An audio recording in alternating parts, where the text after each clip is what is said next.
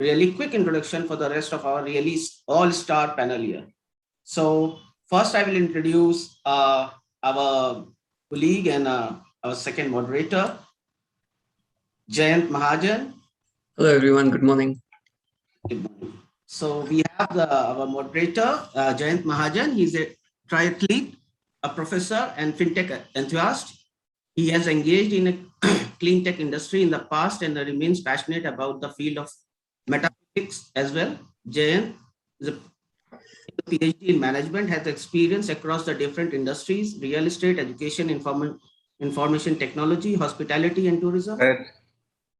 Currently work. Anurag, sorry. Please slow down a little. Oh, sorry. Really sorry, Saurabh. Really sorry. No, it's actually when you're talking about the person, it's okay. When you're talking about the qualifications, we tend to, rush through it. Okay, got it. Sorry, really sorry. Apologize. Okay, so I will start.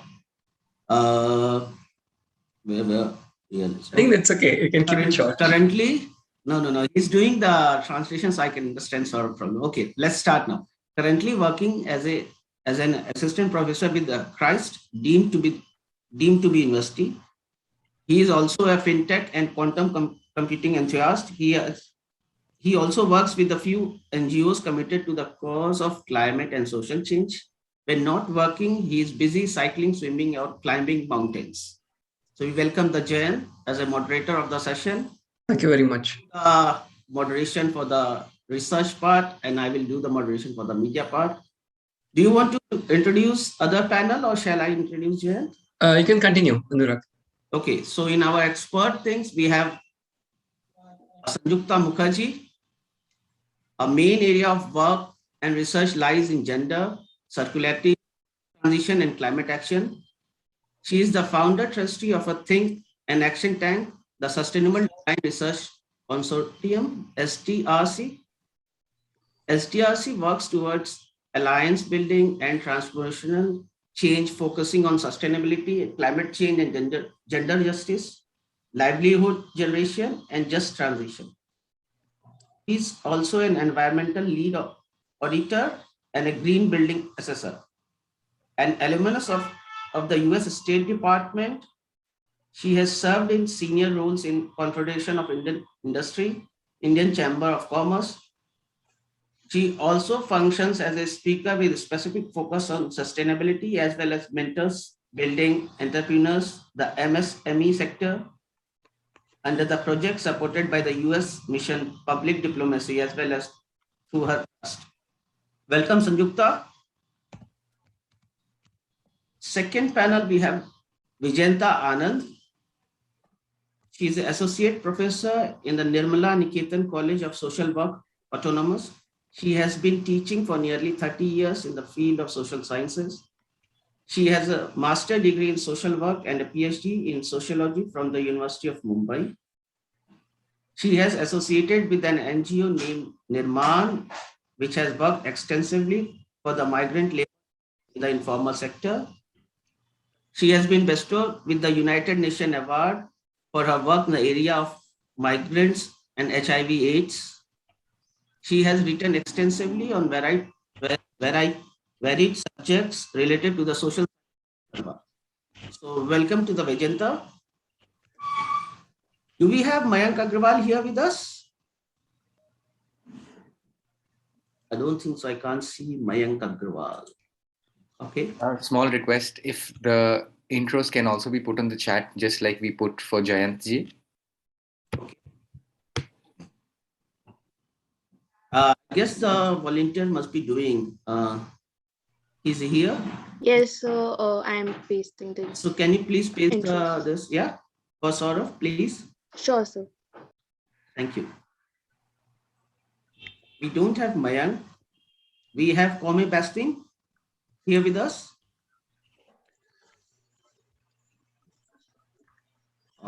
Sorry, the name again, please. It's Kome Bastin. Can we spell it out, please? Yeah, C-O-M-E. And the last name is Bastin. B for Bombay, B-A-S-T-I-N.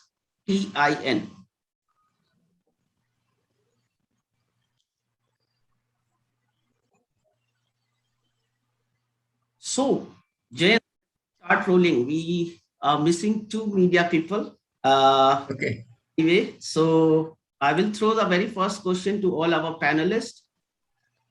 Tell us the role of media and research in promoting sustainable pre-ecological development. Let's start from here. And I will hand over the floor to the Jayant. Jayant, I'm here with you. Okay? Yeah. Okay. Right. So, so I think I missed the question. What is the question? The role of the media and research in promoting sustainable pre-ecological development. Absolutely great. Okay. So we'll wait for the comments from the. Is Sanjukta? Let's call Sanjukta. Yeah, I'm here. Very warm welcome, Sanjukta. Start. Did you got Thank you. Absolutely. So I'll take the question dealing with research, and because my involvement in media has not been from an institutional perspective, only in my own work. So okay, perfectly fine. Let's go. Yeah. And let me base this on the theme of this year's UN, which is the role of creative industries in this is the year of the role of creative industries for advancing sustainability. And since I could only join today, unfortunately. Yesterday was not possible, but from the short discussion that we had at the beginning, I can understand the importance given to the creative, not just as a commercial entity, but the role of the creative sections for advancing sustainability. So the keynote has already been established. One of the problem areas that we see in our work, which is primarily with the developmental sector, is that research as we know it in the mainstream, which comprise of surveys and straight questions that people are expected to answer with a lot of self-signification, is not forthcoming with, say, women who are from the marginalized communities, who have been told all their lives that it is not good for women to open their mouths too much. So the moment you ask them questions, which involves a lot of self-signification, where they're talking about themselves, they're expressing opinions about themselves, that identity problem is there. And we do not get the kind of data that will help us to formalize and take care of the human right issues that we see so prevalent in this sector. And of course, as all of us know, that with inclusive growth, unless the growth is inclusive, I will not call it growth. And particularly for climate action, the second thing that requires a lot of research and data analytics is the role of traditional and indigenous knowledge that needs to be mainstreamed. And the main issue that we face in understanding the baseline is a lot of this sector is informal. And there is no clear understanding. So the gap is really wide. And when we go about trying to conduct research as it is traditionally done, okay, especially, I mean, in academic, we see in the academic research publications and things like that, that has to change, and it has to move to action research. And I would like to here talk about the story crafting methodology, where with people, not just women, with people who are not comfortable discussing their lives on an open forum in terms of the gender parity, in terms of the hierarchy that we perceive and others perceive around us. It only matters when we connect to them from the heart space. and not from, the commercial, the data driven kind of things. And then we can come to that once the trust has been established. So that is one methodology that we have extensively been adopting in our projects and in our work, which are not projects, which are lifelong passions. We have received significant success, I would say, in terms of connectivity, of making the ecology, because one of the key terms that you used is setting up the pre-ecology. Where do we come, how do we come to that stage that people in the ecology feel connected to each other in spite of the social differences, social and institutional, the many kind of differences, but we can bring them on page. It is only through the stories that they can say, and that is the most, I think, most effective research method to go forward. If you're particularly dealing with this sector, if you're not dealing with this sector and people are articulate and have very strong sense of identity, even then, for a cross-sectional, interface, the cross-cutting issues to be brought together through the people narratives, this methodology works every time. Also, a small feedback about the use of the digital space for the people having issues with access and with information. Digital space is not so, accessible as we like to think. So I would say that it is a very, very important tool, but a lot of work needs to be done to really leverage its use, particularly for sustainable, inclusive action, because the other kind of action has already happened and we are seeing the results of that kind of action.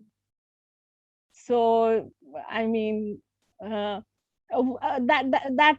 I mean, to answer your question, I don't know if there are more questions, but one thing I would like to say as part of my, 2 bits is that since 2021 has been, and it's ending 2021, but it was the year, the UN year of the creative industries. People really ask questions that post-pandemic, how can that be the focus? But it is only through culture and understanding the collective, the collective springs of the diverse cultures that can bring the globalization that we are talking about, when the pandemic brought all kind of high flying business meet and the rest of the things to stand still, and industry as we know it and economy as we are taught went downhill. So that it was taken up in 2019, the theme, it was announced in 2019, but I think the year has truly proven to all of us that this, both as a let's say narrative to connect people, because processes are for people. So if the people are not connected, the processes are not working. The creative industries are, pitched to be the way to go in the future. I mean, because it has commercial as well as human value to add to the economy. So, so that was from me. And of course, media plays a very, very important role in bringing the right context to the people and connecting people with different narratives, so that each benefit from the other, but everyone is included. So that was from my part. Thank you, Sanjukta. Thanks, Jayant. Yeah, that is an interesting point, and you actually highlighted a few issues in the beginning when you started talking, was about the sampling. How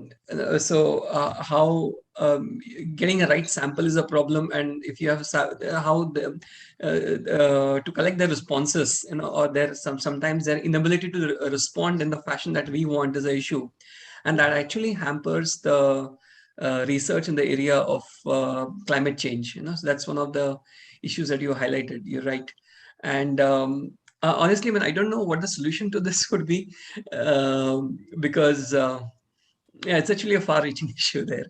So, and of course, this pandemic has opened up. I really hope that it has really made people more sensitive towards the damage that we are doing to the climate. But honestly, you're being optimistic. I'm not very sure if I'm as optimistic as you. But the people, it doesn't take them time to go back to their old ways and they just forget the past and they start messing up the whole thing. And then this actually brings me to a point where so what you discussed were more of operational issues which are really there. I actually am borrowing this from one of the documentaries by Al Gore, The Inconvenient Truth. And there's a larger issue, which is an ethical issue when it comes to climate change research. And the ethical issue in the sense, what these big corporates and the governments, they actually tweak the climate change research to suit their narrative. And again, this links with media, because and that they'll use media to push that narrative. And there are politicians who would say there's nothing called as climate change. This is how it is. That's nature's cycle. So and once these larger government and corporate entities, they start hijacking these climate change narratives and tweaking it to their own advantage, it really becomes an issue. And again, this is where media has to play a very honest and a very important role. Of course, so when I speak about Al Gore's documentary, that's a media channel which brought it to me, right? So there, of course, so there are media people who are doing a great job, but by and large, they become a mouthpiece of the government and large corporations, and that actually becomes counterproductive towards our fight to the climate change. So, of course, now how to deal with it is a part of discussion. Yeah, I'm not coming with my perspectives immediately, but yes. So, thank you, Sanjukta. Yeah, right. Very interesting points. Yeah, over to you, Anurag. Yeah, Sanjukta, I have one question. Like we all know, the research play a very important and critical role in making the policy, especially when it comes to sustainability. How we see that in India? How much problems or things you face while doing the research? Because see, this is the basic thing when you are trying to make any policy. And when we are talking about sustainability, climate change, these are the important things, which once we will have the correct data and research, then only. I do feel that, it's the research about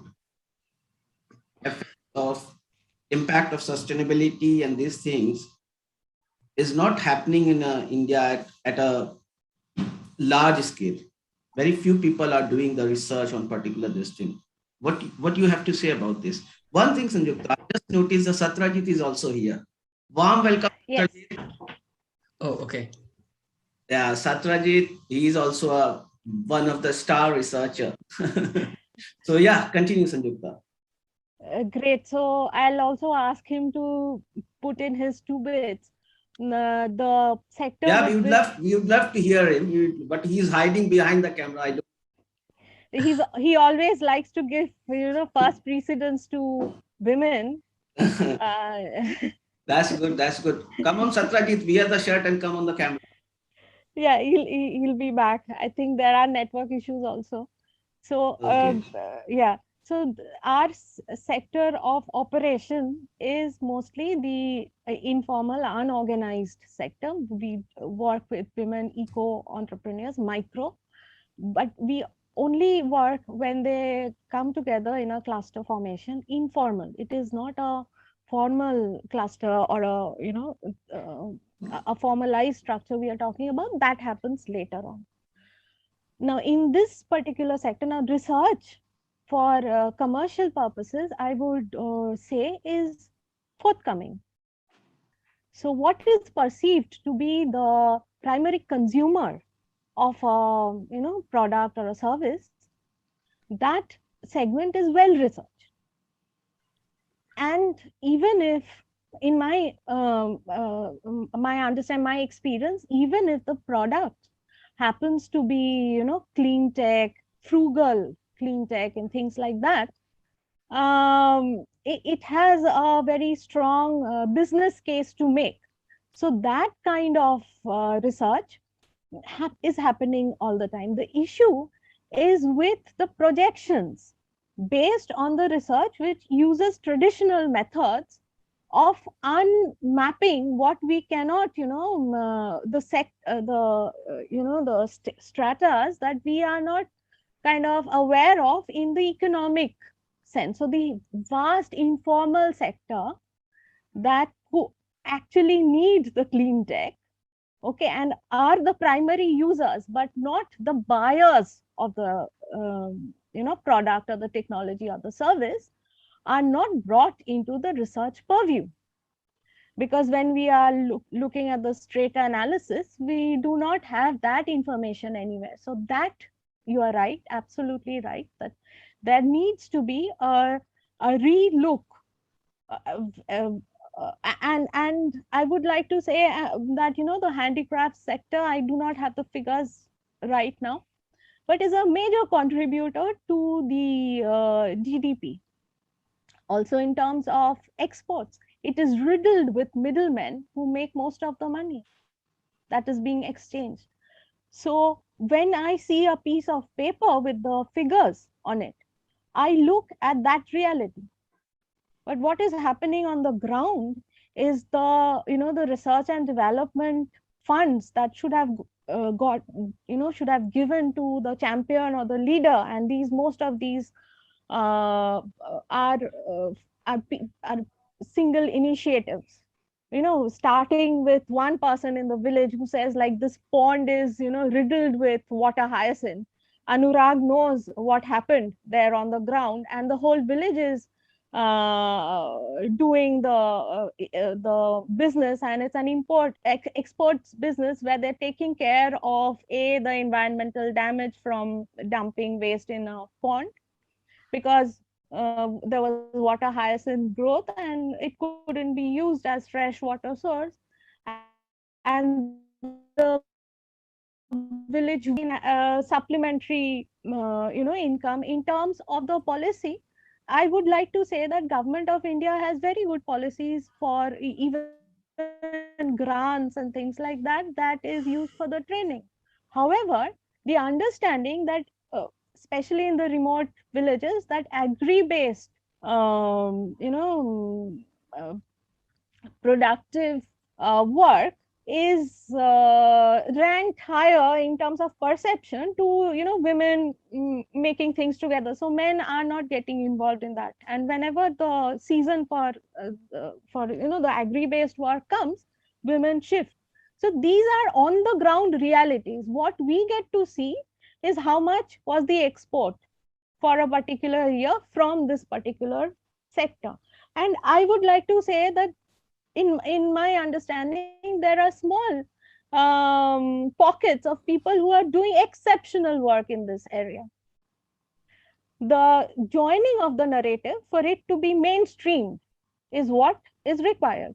And the business models followed even by media, where you talk about stories which are important to big investors, are not working anymore thanks to COVID.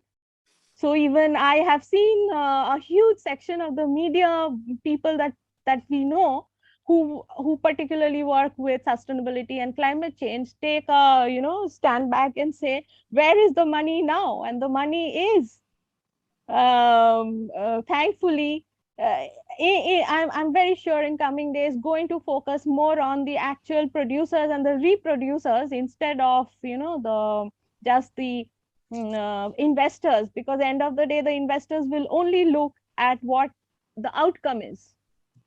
And when, when the focus, it was undercover. So when there are, kind of say holes of sunlight going through, then we can see the teeming, potential of that sector. So, and I would like to, because Satrajit is now also visible, I would like him to put in his 2 bits, because Anurag, not my request. I'm only his wife. So, requests from other people are entertained. So please, if you heard the question that, he put. You're unmuted. Yeah, I said if you could repeat the question once, because I had to. My question was that the research plays a very vital role in making the policy, especially when it comes to sustainability, Right, climate change or anything. So the main thing that this is the vital thing that if you are trying to make a policies and things like that. So my question was that what sort of problems you get? Because see, some of the research are funded by the big organization also to cover that these things are not happening. Some of the research happen when the normal foundation or UN or something, they award you to do the research. What sort of problem you get? What sort of major things you see? And and I will add one more thing. What is important in terms of research? What is a very important thing in terms of research, which can, what you call, is going to or always impact the policymakers? Okay. Satrajit, just give your intro. I don't have written intro for yours. Okay, no problems. I am the other co-founder with Sanjukta of the SDRC. And by profession, I'm a sustainability assessor, a sustainability assurance professional. I have other hats that I wear also, but that's not relevant out here. I also belong to the discipline of management. Like I have a doctorate of business administration from Canterbury. So I've been working with human resource systems for some time, but I focus more on energy, environment, climate change, etc. right at this moment. Anyway, see, you asked a lot of questions. So let me come to the crux of the matter. One essential aspect of any research, whether it's a business research, as we used to do from the chambers of commerce, I was also there with, in CII and ICC and all the rest, is that the hypotheses that we are testing or the business problem that we are looking at a specific point is driven by a specific outcome. So it's a inductive, deductive, whichever methodology you take, qualitative, quantitative, whatever the approach. End of the day, whatever your RM happens to be, you're trying to conduct the research with a specific outcome in mind.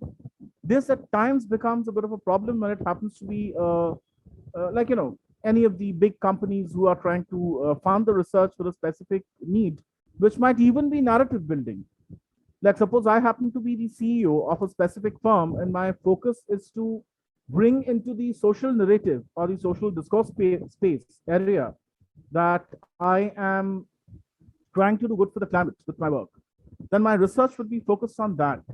So one problem that we have faced, see, we work with, our partner is Friedrich Ebert Stiftung, so they are looking at just work, just transitions. Their essence is ethics, or ethos is ethics. So there we find no problem. Whatever we are doing, it's very close to our hearts. But on the other hand, whenever we have done some work with the, we have not done work in the recent times with that, but we still keep on working with the corporates a little bit, especially with their foundations. The research question that we have framed at the beginning is generally passed through the entire board in the sense whoever is in charge of that specific process. But by the time we have reached the point where we are about to publish the report, sometimes there is a lot of resistance from the board. And then they start questioning the methodology, the sample, the exact data which has been gathered, most of which has been perhaps provided or ratified by them. So what we adopt as a solution to this is we take a validity reliability approach from the very beginning. We are all aware of these statistical models, the Cronbach alpha scores, etc., to the RM that we have designed from the beginning. So if there is any question with the RM, then like the research methodology, then we generally say that, see, this is a valid and tested method that we have adopted. So we don't require to defend it a second time.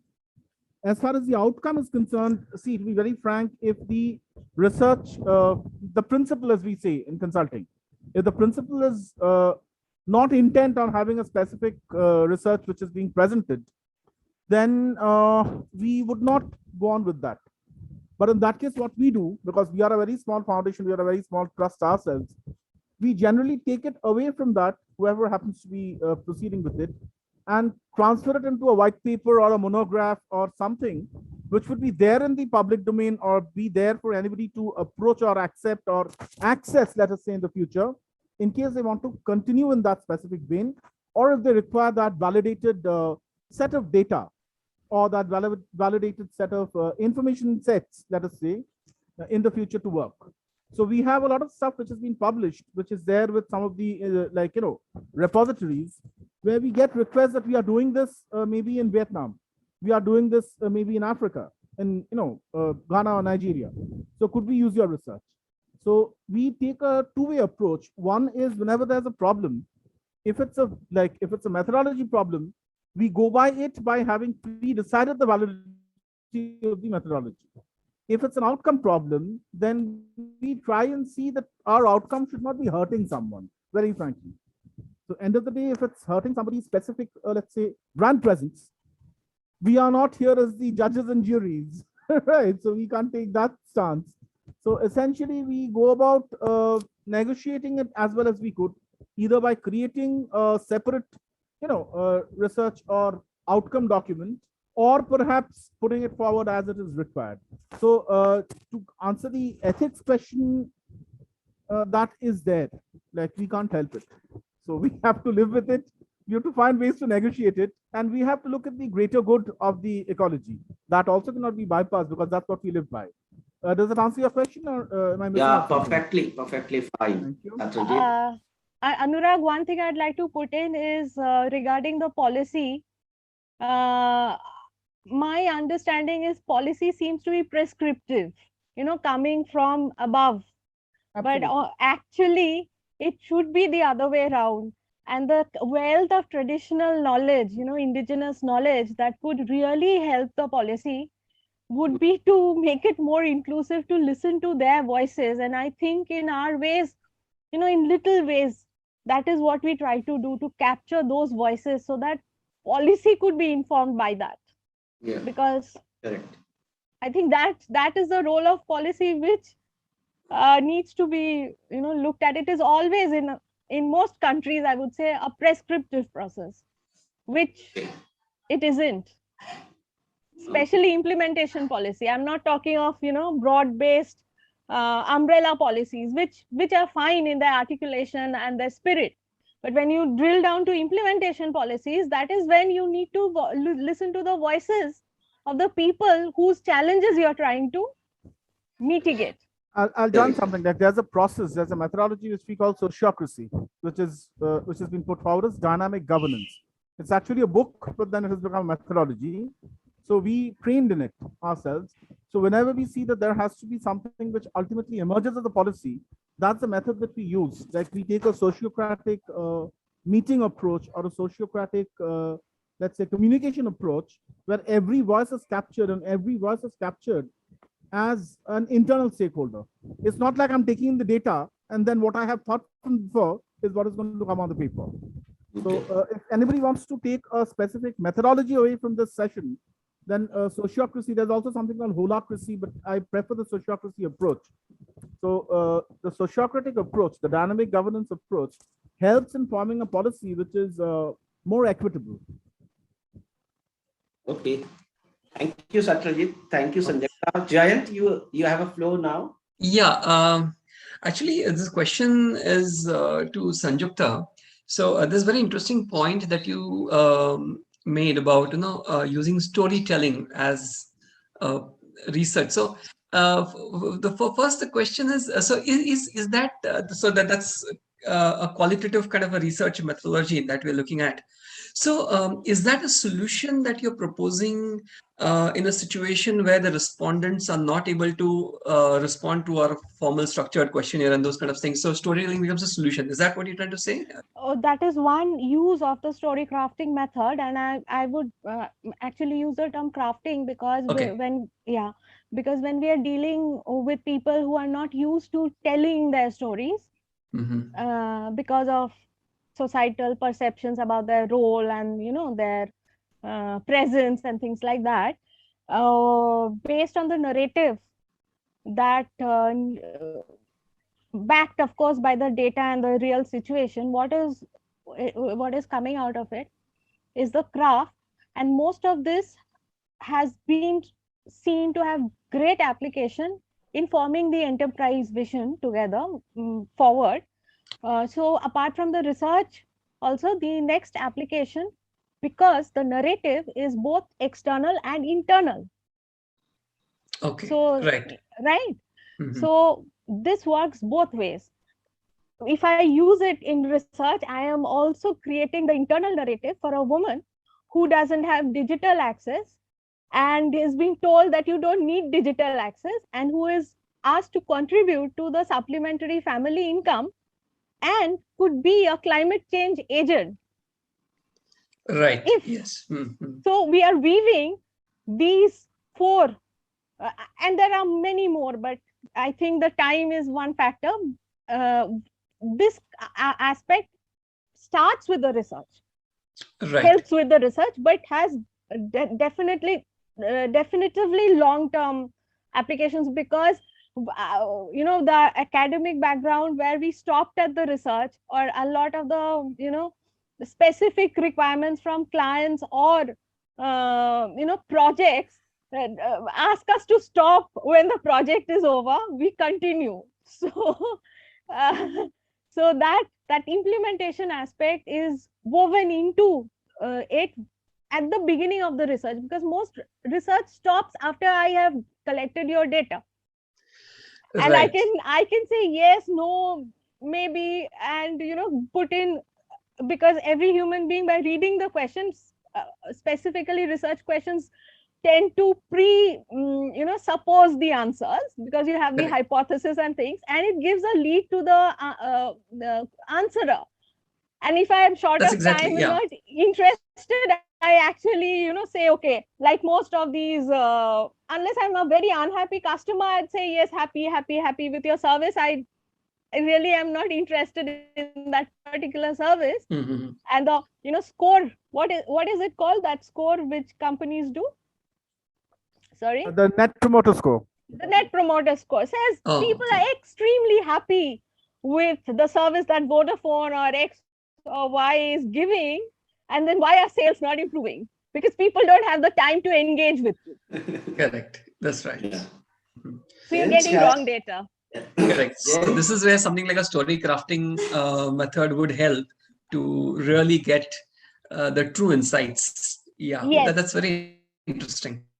Yeah. And we've been very, very fortunate to have been connected with FES, who have understood this and really supported us by co-creating. I mean, in terms of real involvement in what it does, and they're like committed. So I am very optimistic from personal experience that people, institution, and communities can come together to make this happen, but needs a lot of more traction.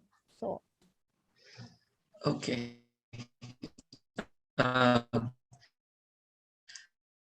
Great. Thank you. Jayant, shall we open up floor for the questions? Sure. Let's do that. Audience? Thank you. So now we are open. If anybody wants to ask a question from Satrajit, Sanjukta, they can ask the question. The floor is open now. I have seen there's one question from Yash. It was about the media. Media is highly funded by the same corporates that pollute. Thus, it's next to be impossible for us to get them to be the honest about the climate change. Totally agree, Yash? Totally agree. Completely agree. A slight change when the disaster management in terms of PR disasters that we have seen in between in the last few years really bring the corporate down to its knees. So I see the corporates are becoming, I mean, at least on paper, more committed to the advertisement text that they have in action, and also a little bit of the World Bank's commitment to not fund very polluting industries. I mean, with that policy change, I think they're being forced to kind of. So that's the need of policy. That's the that I would say international policy and politics and commitment to certain things, political commitment that will make a difference. But on the ground, what I can say that PR disasters has been happening. It's already started. The other thing is with assets along coastal regions, along vulnerable regions, companies have realized that if they are not paying, if they are unsustainably using natural resources, it actually hampers their capital in terms of assets and things like that. So that could be one driver towards more sustainable action, which is market led. Now, market led is a very much favored word. So so if I use that word, people say, yeah, we understand what market led is. So the one market led mechanism which is already happening is this. Right. Because one thing I've noticed is when things are happening, you do not see it reflected immediately. Right. Correct. So people in that particular time frame, unless they're directly involved, or even when they are indirectly involved, as a lot of consumers are, cannot notice unless it is into the main narrative, which takes a lot of time to come into the main narrative or to be reflected in the policy structure. But the things are happening. But unless we are paying attention, which is one of the most important things of story crafting, is the mulling. Look at what is happening on the ground, and don't look at what is being reflected by other people. So that's one methodology, one protocol that we try to teach people also. I have shared something with Anurag. It's a video that Greenpeace practically forced Nestle to make, if it has not been seen already. But you go through it once yourself. After that, if you feel it's appropriate, then you can share it with the rest of the people. It's a very, I will share it straight away. That's not. I'm not very sure. Watch It's it. quite bloody and gory and violent. So just have a look and then share. No, Okay, then. share it. I think people. Okay. Yeah, I think we have a mature audience here, so Yeah. it So, should be yeah. okay. Right. Yeah. Yeah, if Jayant. Yeah. Do we have more questions from anyone? In fact, if there are no more questions, I have a question for Satrajit. This is a dilemma which I constantly face, and since you're also from the management background and working in the area of climate change and environment, right? So normally what happens is when we give these projects to the students, research projects, so normally how you increase the sales, what is the consumer perception towards this, so that how you can make better marketing strategies and promote. Now that's you're pushing students to consumerism, and obviously that's how they will get their jobs and make their money, right? And the placements happen. On the other hand, now we know that one of the root causes for climate change is our whole attitude of consumerism. So as a professor who is kind of interested in both the areas, you're always in the dilemma and the conflict with yourself. So I don't know how you resolve this or how you deal with this. So. Okay, Janji, it's a very tricky question. I should be taking this offline, but let me just tell you on a very practical note, it depends on your students and what kind of sectors they would be going into. For example, I'll give you a very small, I'll share an experience. There's a term called degrowth, an entire concept called degrowth, which we are now all familiar with. And I'm immensely thankful to Friedrich Ebert Stiftung because they taught me. If I had not been to one of their conferences, I wouldn't have known that such a word or such a concept exists. Okay. So if you're looking at green growth, if you're looking at degrowth, if you're looking at circularity, if you're looking at those aspects which are there in the European Union or the European Economic Area, and a student is actually like going to get into or not a student, but a group of students, like they are oriented towards, say, the European sector, the European companies, then I generally assign, because I work with the Institute of Chartered Accountants, I also look at their entrepreneurship cell a little whenever I get the time. So the moment I'm putting somebody into a mindset that they're going to work for a Nestle, or they're going to work for a Bavarian Motor Works, or they're going to work for whatever, XYZ, then I build in the concept of circularity into their project. But say even 3 years back, with a different government with the United States, where they were not even believing that climate change was happening, and somebody is aiming at one of those companies, then we educate them that, see, this happens and this is real, and there's no way of bypassing it. But for your project, if you're looking at, as Sanjukta mentioned, the Net Promoter Score, or if I'm looking at any other, say I'm putting a little bit of spin selling into their entire research methodology, that this is one way of increasing sales, then very frankly, Jayant, you cannot do it.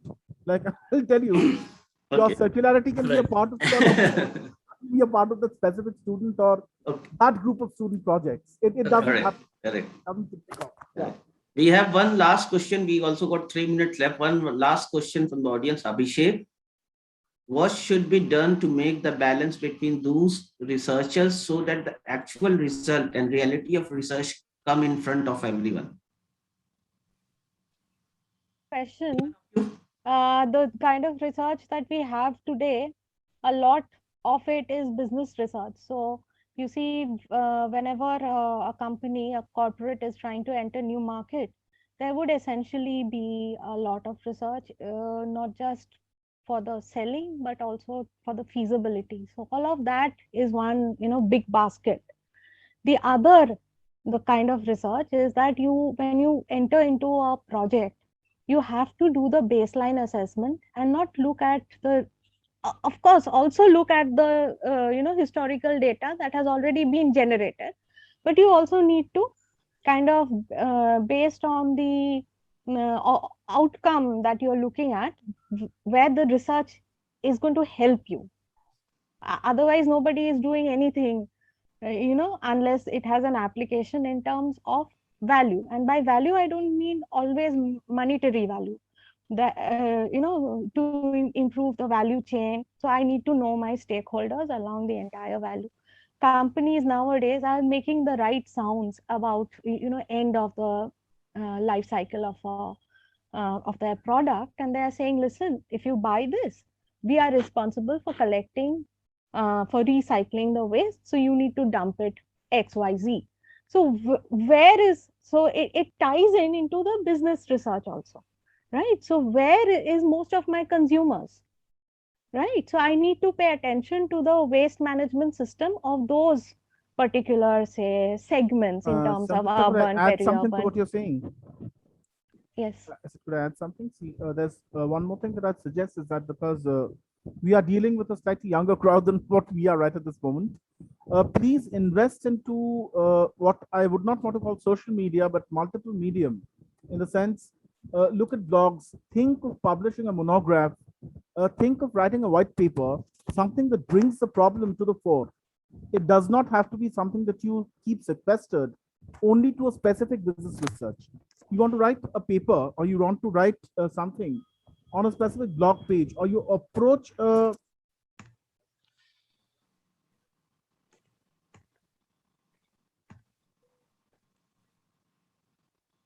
happened?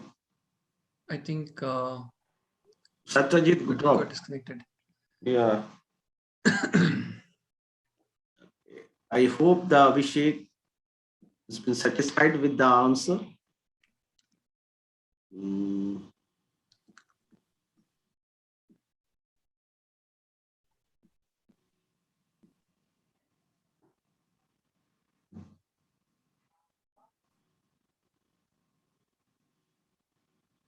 Do we have any more questions?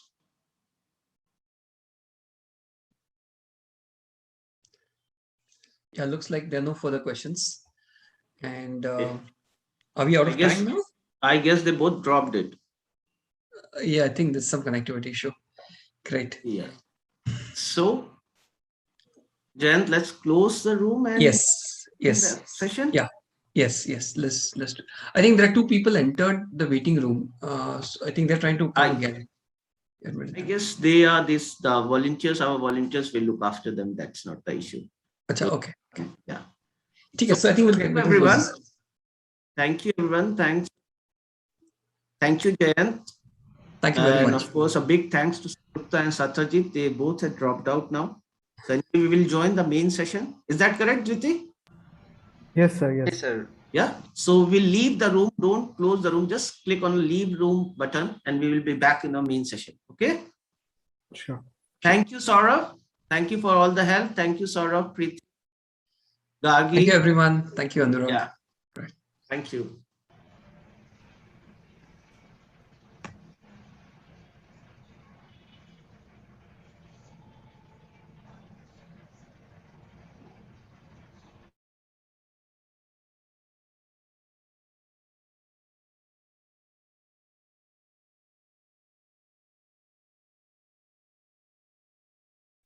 I think we can move to the main room.